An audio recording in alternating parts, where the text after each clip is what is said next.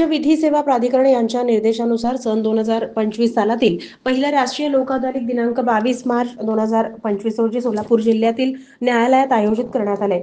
या लोक अदालतीमध्ये फौजदारी तडजोड पात्र प्रकरण, बँक वसुली प्रकरण, कलम 38 NI ऍक्टची प्रकरण, अपघात न्यायाधिकरणाबाबतची प्रकरण, कामगार वाद प्रकरण, वीज पाणी यांच्या देयकाबाबतची प्रकरण, वैवाहिक वादाबाबतची प्रकरण, भूसंपादन बाबतची प्रकरण, बँक सहकारी पतसंस्था यांच्या वसुलीच्या दरखास्त, नाक-लवाद दरखास्त आदी प्रकरणे ठेवण्यात येणार आहेत।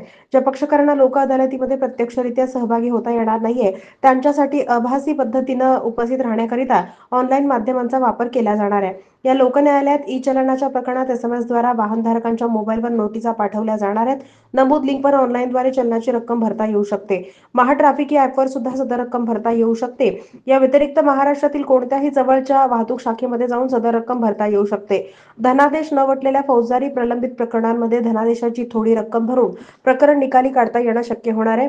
धनादेशाची रक्कम एकरकमी देता येणं शक्य नसल्यास ठरलेल्या रकमेचे हप्ते बांधून घेणं शक्य होणार नाहीये। काही रक्कम लोक अदालती दिवशी देऊन उर्वरित रकमेबाबत तडजोड हुकुमनामा करणं, संपूर्ण फौजदारी प्रकरण निकाली निघणं शक्य होणार आहे। या राष्ट्रीय लोक अदालतीमध्ये जास्त पक्षकारांनी आपली प्रकरणं तडजोडीनं मिटून लोक अदालतीचा लाभ घ्यावा, असं आवाहन जिल्हा विधी सेवा प्राधिकरणाचे अध्यक्ष मनोज शर्मा यांनी केलंय। प्रकरणाचा यामध्ये झटपट निकाल लागतो, तोंडी पुरावा, उलट तपासणी, दीर्घ युक्तिवाद या बाबी टाळल्या जातात।